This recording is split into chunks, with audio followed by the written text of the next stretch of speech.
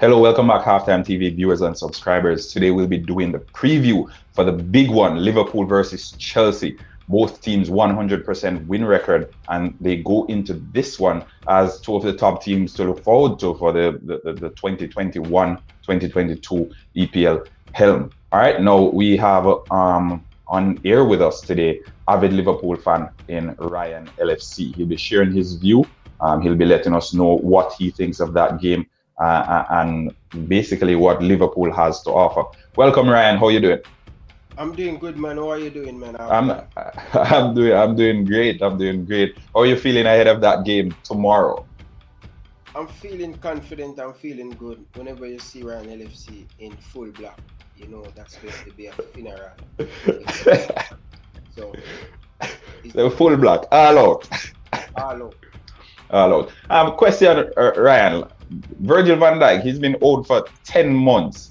Do you think we'll get that same sort of vibe, that same solidarity, that rock-like colossal figure come tomorrow in the game against Chelsea, and more importantly, against Lukaku? Well, in my opinion, the game they might see Virgil van Dijk play in the preseason, coming to the English Premier League, play 2 games, didn't look as Virgil van Dijk. He's kind of pulling out of tackle and stuff. He's not going into too much tackle, but he getting there. Match by match, him getting back in fitness. You know him going to have a little bit of scary to go into tackle. But I think against Romelu Lukaku, that's going to give him a difficult task, and I hope he can handle Romelu Lukaku. Well, just to add that in there, they've played against each other 3 times, and so far Lukaku hasn't registered. Against Southampton, Everton won that game 1-0, but Lukaku wasn't on the score sheet, and twice Manchester United against Liverpool, and neither of those games Liverpool, Romelu Lukaku got on the score sheet. So it's quite interesting to see. This is the big one. We saw what Romelu Lukaku was about. Romelu Lukaku 2.0, as we've been calling him. Will he be able to turn over Virgil van Dijk as he did with Pablo Mari last week? We'll see, but I guarantee it promises to be an interesting encounter. Now, moving on from the players, what about the coaches? Thomas Tuchel against Jurgen Klopp, the man himself. Really and truly, 2 German masterminds. They took the same route. Thomas Tuchel slightly diverted when he went to PSG, but essentially it's Mainz, Dortmund, and then the Premier League. What do you think of that matchup? Can we even call it a matchup? Most definitely. A lot of people call Thomas Tuchel Jurgen Klopp 2.0. I think they need to give him more respect. I think he's a quality manager. He proved that he can manage at the highest level. In my opinion, they come from the same coaching school. They was on the same camp, both of them. So they know each other well. You know, they beat us in the last game. We played them in the second leg at Anfield. And I think Thomas Tuchel with him tactic, he's going to make it really difficult for this Jurgen Klopp team, and I'm going to have it difficult to break down this Chelsea team. And both of them are a fantastic manager, but at this current moment, Thomas Tuchel winning the Champions League, winning the Super Cup, what Jurgen Klopp did 2 years ago. So basically, it's going to be tough, and 2 German managers up against each other. All right. For a bit of information for the fans on here, they've played against each other 14 times. Jurgen Klopp has won 9 out of the 14. All right. So as things stand now, Klopp has the upper hand. Liverpool against Dortmund, as well as the games that they played against with Dortmund against Mainz. All right. So again, as I said, it's an interesting game. There are different aspects of the game that we need to dissect. Obviously, we won't get into all of it.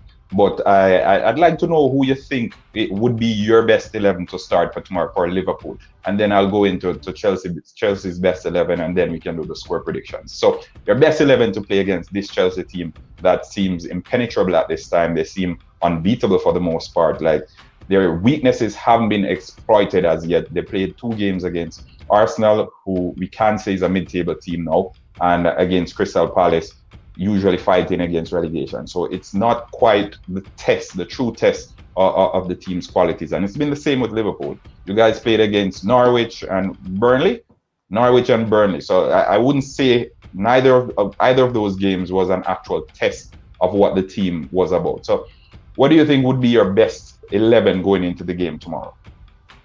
Well, starting off with Alice Becker between the stick, 2 clean sheet, looking fantastic. He's going to make a difference for Liverpool come tomorrow. He's a fantastic goalkeeper, always come up with some fantastic save. And I'm going to start Virgil van Dijk with the partnership where a lot of people don't rate Joel Matip. I think that's the best partnership at Liverpool Football Club. No Joe Gomez and Virgil van Dijk. It's Joel Matip and what about Konate? Is he injured? No, you don't injure. You have to just wait on him turn. That's what we need. Squad depth. That's what we shot last year. So you're going to get him time. It's a lot of game to play in the season. You will get him time. So Van Dijk partner with Joel Matip, left back. I would love to bring in Andrew Robertson, but I have a saying.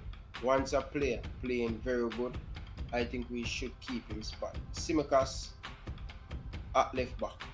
If things not going right, we can change it up and bring on Andrew Robertson. So Tsimikas at left back, Chen at right back. In the midfield, my condolences to Fabinho. I hope he can fit and play in this game. Didn't feature against Burnley because he lost his father. I hope him in a good frame of mind to start in this game. I think Klopp going to start him in the all-in midfield. Thiago Alcantara, I love to see him come back in to give us that experience in that midfield, and Jordan Henderson. So that's the midfield for me. Up top, as usual, Roberto Firmino. He will come back in this game because he loves to score against Chelsea. Mane and Salah. That's the best team I think should face this Chelsea team, and we can have a chance to defeat them. We're at home, we'll just have to go for it. The fans will up for it, and they're going to have them back against the wall. Okay.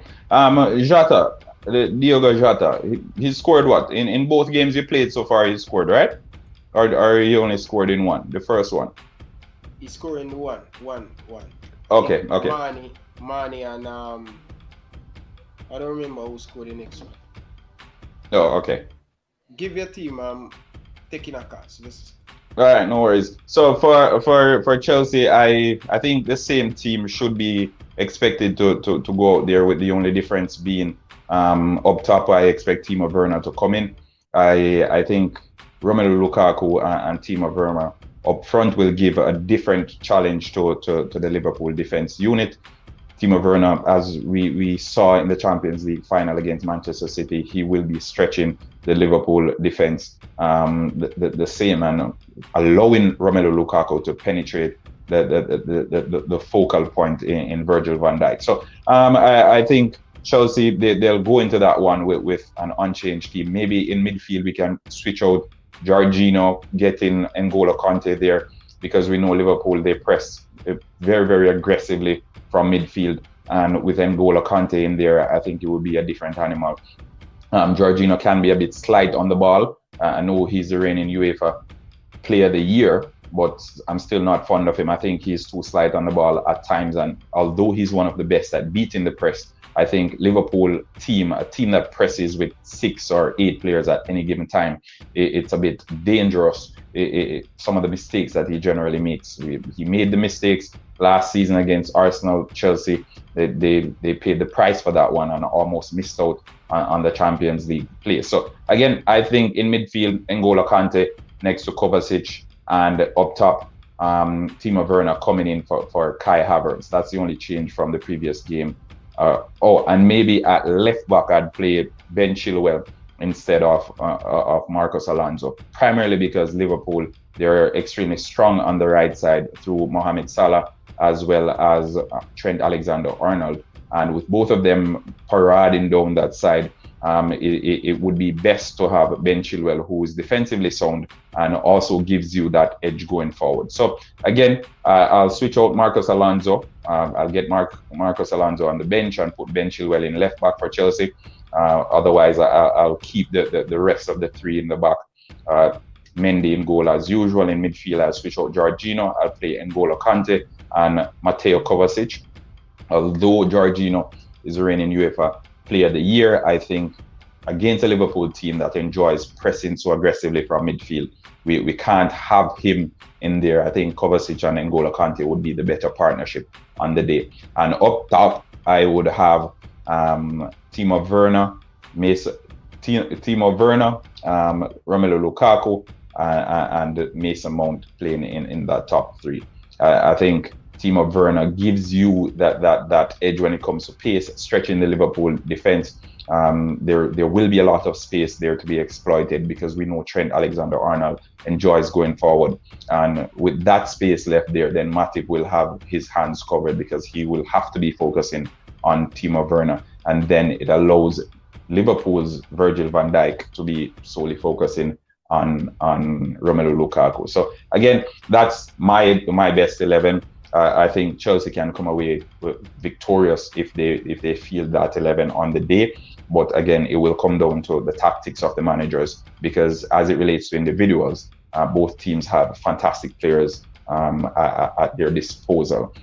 All right, now Ryan, you haven't really made any big signings this summer, bar the Konate signing. Liverpool is basically unchanged. Would you say the team that you won the Champions League with 2 years ago was so far, that you won the Premier League with 2 years ago was so far ahead of the pack that you can afford to not make any new signings to bolster the squad this season? Most definitely. I think we need 1 or 2 more signings, but the owner, they do not have the money, so we have to use it. My biggest are the plus for Liverpool this season. I think getting the rest for key play. That is Liverpool's biggest transfer. I know Man United signed play, I know Chelsea signed, I know City doing their thing, a lot of teams doing their thing. But if Liverpool can keep them player fit, the whole entire squad fit, I think that's good enough for them to challenge and win this English Premier League. All right, fair enough. As we speak now, Manchester United they've submitted an official bid for Cristiano Ronaldo. So Manchester City, they're completely out of the question. So Cristiano Ronaldo might very well be heading to Manchester United, and then we might have to reassess what we think of the English Premier League title contenders.